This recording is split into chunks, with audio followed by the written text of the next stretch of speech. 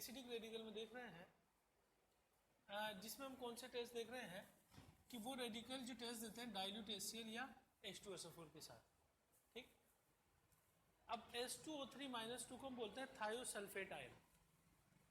Thiosulphate ion हम इसलिए बोलते हैं क्योंकि जो सल्फेट आयन का स्ट्रक्चर होता है उसमें यहाँ अगर सल्फेट आयन का स्ट्रक्चर देखूँ मैं तो डबल बॉन्ड O होता है।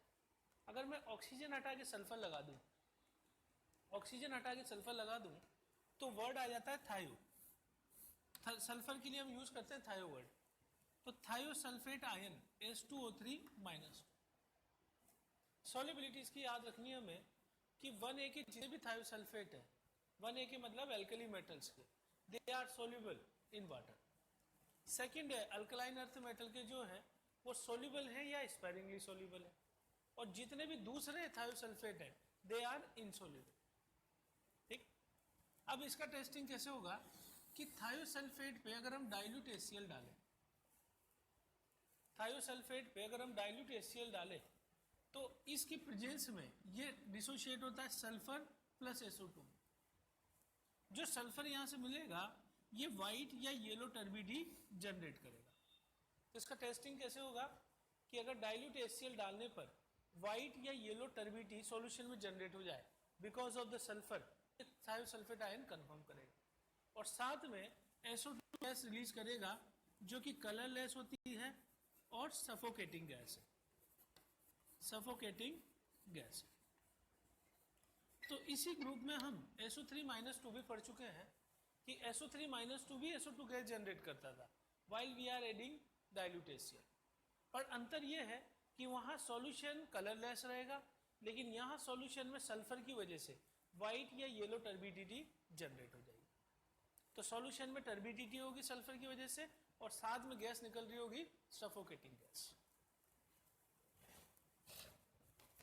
थायोसल्फेट के जो टेस्ट हम देख रहे हैं CCl2 के साथ, कैल्शियम क्लोराइड के साथ, कैल्शियम क्लोराइड में Ca+2 इसके साथ कंबाइन होगा तो बन जाना चाहिए CaH2O3। But since it is soluble in water there is no precipitate form. तो अगर हमसे पूछा जाए कि CaCl2 के साथ क्या कोई टेस्ट देगा, नहीं, क्योंकि there is no PPT formation when reacts with CaCl2 because CaH2O3 is soluble in water. अगर हम BaCl2 के साथ रिएक्शन कराएं तो इसका Ba+2 कंबाइन होगा इसके साथ और प्रेसिपिटेट बनता है व्हाइट कलर का BaH2O3। तो CaCl2 के साथ कोई टेस्ट नहीं देगा, जबकि BaCl2 के साथ ही टेस्ट दे देता है। अगर इसकी रिएक्शन AgNO3 से कराऊं तो इसका Ag+ इसके साथ कंबाइन होगा और यहां से कॉम्प्लेक्स बनाता है AgH2O3 होल ट्वाइस -3। ये जो कॉम्प्लेक्स है इसका कोऑर्डिनेशन नंबर 2 है, तो इसलिए हम याद रखेंगे कि यहाँ पे दो ये आयन कंबाइन होंगे। और चार्ज कैसे निकालेंगे, Ag+1 स्टेट में, H2O3- 2 स्टेट में, तो मिलाकर पूरे पे चार्ज आ जाएगा -3। And this complex is soluble in water. लेकिन अगर हम एक्सिस AgNO3 डाल देते हैं सॉल्यूशन में तो एक्सिस AgNO3 डालने पर Ag2H2O3 का व्हाइट PPT यहां से बन जाएगा। अगर हम इस व्हाइट PPT को गर्म कर दें तो Ag2H2O3 गर्म होने पर सिल्वर Ag2S देगा, अर्जेंट सिल्वर सल्फाइड, और साथ में H2SO4 जनरेट करेगा गर्म करने पर। And this is soluble in hypo solution and dilute HNO3 solution. अब Na2H2O3 का जो सॉल्यूशन है इसको हम बोलते हैं हाइपो सॉल्यूशन। ये टाइट्रेशन में बहुत ज़्यादा काम आता है और साथ में काम आता है फोटोग्राफी में। फोटोग्राफी में इसका रोल होता है fixer, it is used as a fixer. Fixer का काम होता है कि जब हम फिल्म को डेवलप करते हैं, फोटोग्राफी में ब्लैक एंड व्हाइट फिल्म को डेवलप करते समय जो फिल्म पर एक्सिस AgBr होता है उस AgBr को हटाने के लिए हम इस कॉम्प्लेक्स का यूज करते हैं, कंपाउंड का। ये क्या करता है, इसके साथ Ag+ के साथ कॉम्प्लेक्स बना लेता है और कॉम्प्लेक्स बना के उसको डिसॉल्व करके बाहर निकाल देता है। तो hypo is used as a fixer in photography. Next reaction हम देख रहे हैं H2O3 माइनस 2 की रिएक्शन लेड नाइट्रेट के साथ करवा रहे हैं। अब लेड नाइट्रेट का जो आयन है ये टूट के सॉल्यूशन में देगा Pb+2।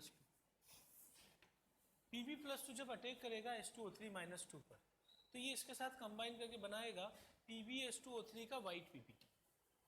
अगर हम इस वाइट प्रेसिपिटेट को गर्म कर दें तो ये टूटकर PbS का ब्लैक प्रेसिपिटेट बनाता है। और अगर मैं इसे एक्सिस ऑफ हाइपो में ऐड कर दूं, हाइपो में आयन पड़ा होता है H2O3 माइनस 2, अगर मैं इसे एक्सिस ऑफ हाइपो में ऐड कर दूं तो ये उसमें सोल्यूबल हो जाता है forming PbH2O3 whole twice minus 2 complex. दूसरी रिएक्शन हम ले रहे हैं सिल्वर नाइट्रेट के साथ। सिल्वर नाइट्रेट में आयन पड़ा हुआ है सॉरी ये हो जाएगा मर्क्यूरिक नाइट्रेट। तो मर्क्यूरिक नाइट्रेट में Hg जो है +2 स्टेट में है और Hg+2 इसके साथ कंबाइन करेगा तो वाइट पीपीटी बनाता है HgS2O3 का। सिमिलरली जब हम इसको गर्म करेंगे तो ये टूटकर HgS ब्लैक देगा पीपीटी। और अगर मैं इसे एक्सिस ऑफ हाइपो सॉल्यूशन में ऐड कर दूं तो it will dissolve in hypo solution forming a soluble complex HgS2O3 whole twice minus. यानी इन दोनों की रिएक्शन ऑलमोस्ट सिमिलर है। गर्म करने पे सल्फाइड बना रहे हैं दोनों, ठीक है। दोनों के सल्फाइड ब्लैक कलर के हैं और दोनों के जो वाइट पीपीटी हैं वो सोल्यूबल हो जाते हैं एक्सिस ऑफ हाइपो में फॉर्मिंग ए सोल्यूबल कॉम्प्लेक्स। तो these two reactions are similar reactions. Next reaction हम देख रहे हैं थायोसल्फेट की बिस्मथ नाइट्रेट के साथ, ठीक है। तो इसमें अगर अपन देखें बिस्मथ नाइट्रेट में यहाँ आयन पड़ा होगा Bi+3, तो Bi+3 इसके साथ कंबाइन होकर कंपाउंड बनाएगा Bi2S2O3 होल थ्राइस का प्रेसिपिटेट जो कि वाइट कलर का है। ये बिल्कुल वैसी रिएक्शन है जैसे पिछली रिएक्शन से दो कि आयन यहाँ कंबाइन हुआ। अब आयन का फार्मूला क्या बनेगा यहाँ से कंपाउंड का आयनिक का कि 2 आयन ये होंगे और 3 आयन ये होंगे, 2 और 3 ये मिलकर Bi2S2O3 होल थ्राइस बना देंगे। गरम करेंगे तो Bi2S3 जैसे पहले हो रहा था PbS, ठीक है, Bi2S3 का ब्राउनिश या ब्लैक पीपीटी यहाँ से आ जाएगा। और अगर मैं इस वाइट पीपीटी को एक्सिस ऑफ हाइपो में डाल दूँ H2O3 माइनस 2 को तो ये उसमें सोल्यूबल हो जाएगा forming a complex of this type BiH2O3 whole twice minus 1, ठीक। ये बिल्कुल वैसी रिएक्शन है। इसकी अदर रिएक्शंस क्या क्या है कि अगर Ag+ के साथ गर्म कर दें तो Ag2S बना लेता है, Pb+2 के साथ गर्म PbS बना लेगा। जो पिछली दो रिएक्शन है वो यही है, Ag2S और PbS बना रहा है। और सिल्वर के साथ बना रिएक्शन करा दें तो HgS बना देता है। यानी ये सारी रिएक्शन ये सिमिलर रिएक्शन है आपस में कि अगर इस आयन से मैं रिएक्शन कराऊंगा पहले वाइट पीपीटी बनाएगा, ठीक है, ये वाइट पीपीटी बनाएगा, ये वाइट पीपीटी बनाएगा और ये वाइट पीपीटी बनाएगा। तो ये चारों जो है वाइट पीपीटी बनाएंगे जो कि हाइपो में घुल जाएंगे। और अगर इनके जो पीपीटी बनेंगे वाइट, अगर उनको मैं गर्म कर देता हूँ, ये सारी रिएक्शन गर्म करने के बाद है, तो ये सारे के सारे पीपीटी बना रहे हैं और इन सभी का कलर PbS जो है black, HgS black, Ag2S black, Bi2S3 black. तो इन सबके सल्फाइड ब्लैक हैं और ये सारे के सारे गर्म करने पे रिएक्शन ये दे रहे हैं। तो यही रिएक्शन, इन तीनों की रिएक्शन हम पहले देख चुके हैं, ये वाली रिएक्शन यहाँ पर है। तो शॉर्ट में हम इस रिएक्शन को ऐसे लिख रहे हैं और बाकी डिटेल में क्या है कि पहले वाइट पीपीटी और गर्म करने पे लास्ट में ब्लैक पीपीटी, ये फाइनल है।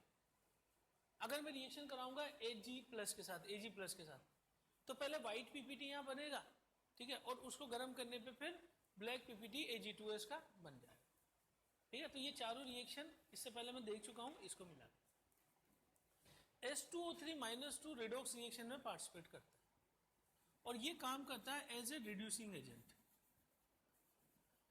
अब रिड्यूसिंग एजेंट के साथ में मैं कोई ऑक्सीडाइजिंग एजेंट डाल दूं तो रिएक्शन करेगा।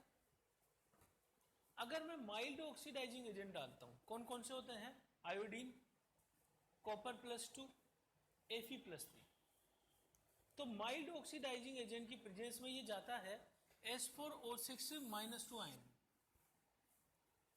और अगर मैं स्ट्रॉन्ग ऑक्सीडाइजिंग एजेंट डाल देता हूं, यहाँ स्टेट +2 है यहाँ प्लस 2.5।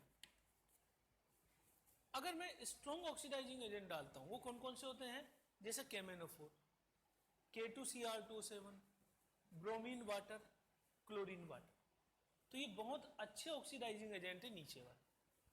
ये माइल्ड ऑक्सीडाइजिंग एजेंट है आयोडीन, कॉपर सल्फेट और Fe+। तो होगा क्या कि स्ट्रॉन्ग ऑक्सीडाइजिंग एजेंट डालेंगे तो ये इसको +2 से डायरेक्ट ऑक्सीडाइज करवा के कौन सी स्टेट में ले जाते हैं, +6 में।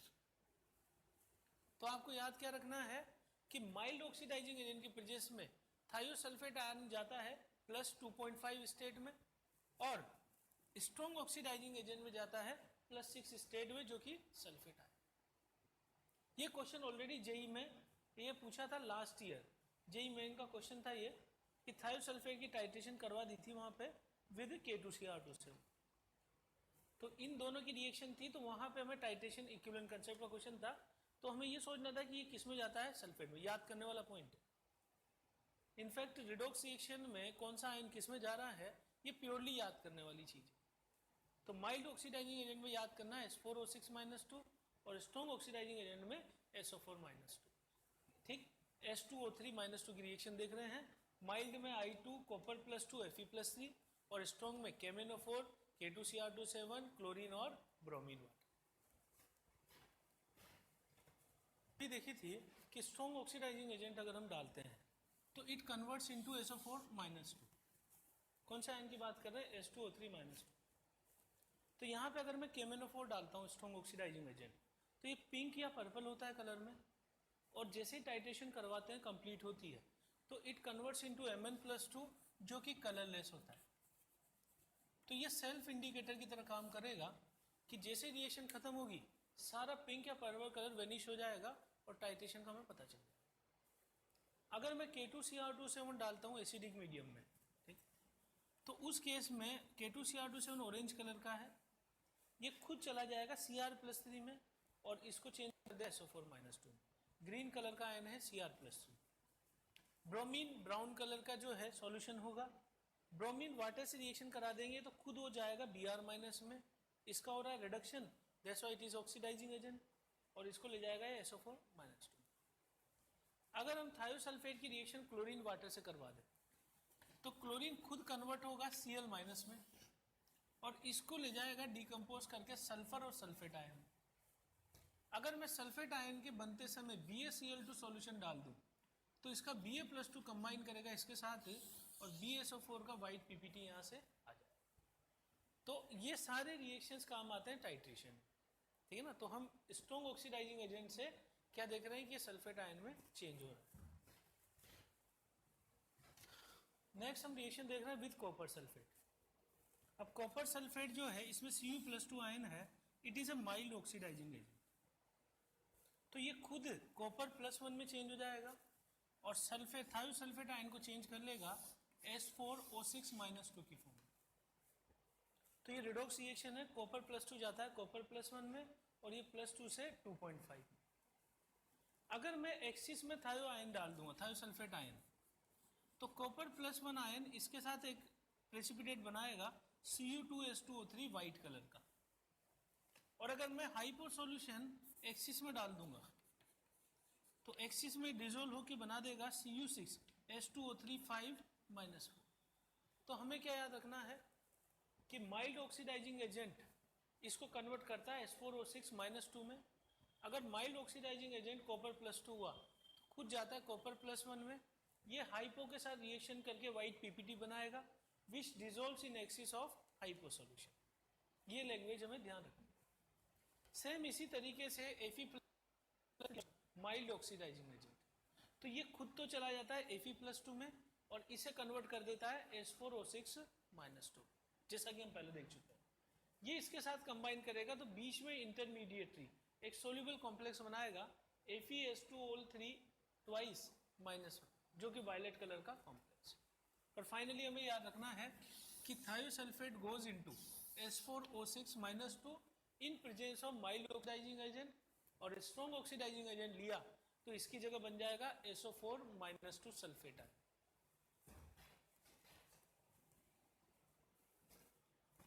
हाइपो का जो इंपॉर्टेंट यूज है वो है आयोडोमेट्री टेस्ट। आयोडोमेट्री टेस्ट में हम क्या करते हैं, आयोडीन का एस्टिमेशन करते हैं। तो अगर कहीं पर I माइनस पड़ा हुआ है तो सबसे पहले हम डालते हैं ऑक्सीडाइजिंग एजेंट।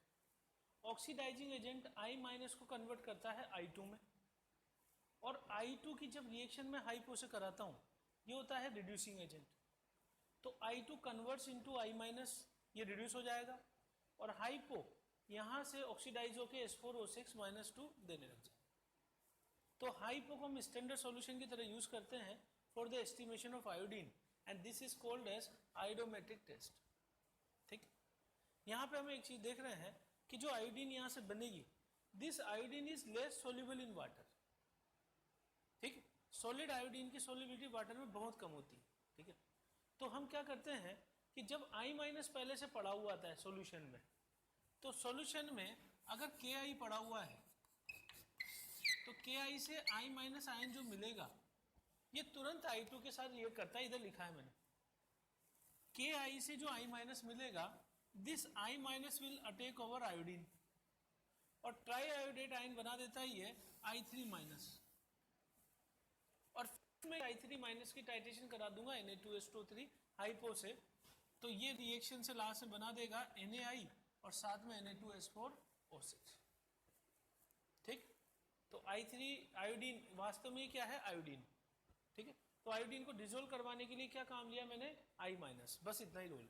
कि आयोडीन की रिएक्शन इसके साथ होगी NaI और Na2H4O6, आपको याद रखना। ये टाइट्रेशन में एक इंपॉर्टेंट जगह काम आता है, हाइपो सॉल्यूशन की टाइट्रेशन। चलिए नेक्स्ट हम देख रहे हैं कि क्लोरीन जो है it is use in bleaching action. Bleaching का मतलब ये होता है कि कपड़े पे अगर कोई कलर लगा हुआ है मेटल का, तो it is removed bye help of chlorine. तो कई सारे ब्लीचिंग एजेंट हम यूज करते हैं, जैसे क्लोरीन हो गया। ठीक है, ब्लीचिंग पाउडर CaOCl2 ले लिया। ठीक है, bleaching powder CaOCl2 is used as, it is called as bleaching powder. तो क्लोरीन का ब्लीचिंग एक्शन कैसे होता है कि when chlorine reacts with water it forms HCl and HOCl, hypochlorous acid और hydrochloric acid. Hypochlorous acid unstable होता है और ये नेसेंट ऑक्सीजन रिलीज करता है। तो ये नेसेंट ऑक्सीजन क्या करता है कि मेटल को जो है ऑक्सीजन आने से ये ऑक्साइड में कन्वर्ट हो जाएगा, और मेटल ऑक्साइड नॉर्मली होते हैं कलरलेस। तो मेटल की वजह से जो कलर है उसको हटाने में हमने क्लोरीन का यूज किया। ये क्या करता है, मेटल को मेटल ऑक्साइड में चेंज कर देता है, और मेटल ऑक्साइड नॉर्मली कलरलेस है क्योंकि आयनिक है, आयनिक कंपाउंड ज्यादातर कलरलेस होते हैं। तो ब्लीचिंग एक्शन में हमने देखा कि क्लोरीन जो है वो ऑक्सीजन रिलीज करके ब्लीच का काम करता है। अब ऐसा होता है कि अगर एक्सिस ऑफ क्लोरीन पड़ा हुआ है तो उस एक्सिस ऑफ क्लोरीन को हटाने के लिए it is removed by hypo solution. Hypo उस एक्सिस क्लोरीन को हटाने का काम करता है, that's why hypo solution is called as anticlor. Hypo solution is called as anticlor because it can remove excess of chlorine. तो ये क्या करता है, क्लोरीन से जब रिएक्शन करता है तो it gives sulphur plus SO4 -2 और साथ में Cl-। ये हम देख चुके हैं। स्ट्रॉन्ग ऑक्सीडाइजिंग एजेंट अगर मैं डालूंगा तो स्ट्रॉन्ग ऑक्सीडाइजिंग एजेंट क्या करता है, इस हाइपो के सल्फर को ले जाता है यहाँ पे SO4 -2 और माइल्ड वाला ले जाता है H4O6 -2। ठीक, अब एक पॉइंट वैसे ही अपन ने नॉलेज के लिए लिखा है कि SO2 is also used as mild bleaching action. For mild bleaching action या फिर हम क्या टेम्परेरी ब्लीच के लिए हम SO2 यूज कर सकते हैं। SO2 गैस क्या करती है, वाटर से रिएक्ट करके H2SO4 plus nascent hydrogen release करती है। जो ताजा बना हुआ हाइड्रोजन होता है that is called as nascent hydrogen. तो ये हाइड्रोजन क्या करता है कि मेटल जो कलर है, मेटल की वजह से जो कलर है ये हाइड्रोजन उसे रिएक्ट करके हाइड्राइड बना देता है, and hydride are ionic compound and colourless. लेकिन प्रॉब्लम ये होती है कि ये अनस्टेबल होते हैं हाइड्राइड, तो इसलिए हम इस ब्लीच को बोलते हैं टेम्परेरी ब्लीच, क्योंकि तुरंत ये टूट जाएगा और वापस हमें कलर कपड़े पे दिखाई देने लग जाएगा। तो अगर मुझे परमानेंट ब्लीच करना है, परमानेंट कलर हटाना है, तो ब्लीचिंग पाउडर यूज करें या क्लोरीन यूज करें। और अगर मुझे टेम्परेरी कलर आना है तो mild oxidising agent, mild bleaching action use करेंगे, टेम्परेरी ब्लीच का काम करेगा SO2। ठीक, और H2O3 -2 की निकल +2 से रिएक्शन करा देंगे हम यहाँ पे, तो ये कॉम्प्लेक्स बनाता है। इसमें नाइट्रेट की जगह आ जाता है H2O3 और वायलेट कलर का क्रिस्टलाइन कॉम्प्लेक्स बनेगा। तो इस रिएक्शन में तो क्या करना है मुझे, इस थायोसल्फेट आयन को कहाँ ले जाना है, इसकी जगह। तो इसका बाहर जो आउटर स्फीयर में आयन हुआ है that is being replaced by thiosulphate ion, और बाकी अंदर का वैसा ही रखेंगे। और ये बना अपना यहाँ पर violet crystalline compound.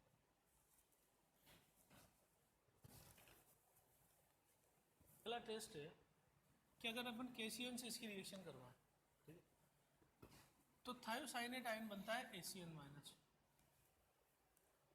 Thiosulphate with KCN ACN- is formed. इसमें क्या होगा कि S-2 CN- पर अटैक करेगा और यहाँ से ये बना देगा HCN- आयन। अब HCN- आयन पे Fe+3 की रिएक्शन करा दो, तो Fe+3 के साथ 3 ये कंबाइन होंगे and the compound is ferric thiocyanate. तो जो कंपाउंड बना ferric thiocyanate, it is blood red in colour. आगे SO3-2 की रिएक्शन सल्फर से करा दे तो थायोसल्फेट बनेगा और एसिड डालने पर sulphur plus SO2 gas release होगी। हीटिंग इफेक्ट देख रहे हैं थायोसल्फेट का, सोडियम थायोसल्फेट का, जिसको अपन हाइपो बोलते हैं कंपाउंड। गर्म करने पे टूटता है Na2SO4 में, साथ में Na2S5। Na2S5 में जो आयन होता है टूटने के बाद वो होता है S5-2, और अगर S5-2 का स्ट्रक्चर बनाए तो ये S- फिर sulphur sulphur sulphur sulphur S-, इस तरह का इसका स्ट्रक्चर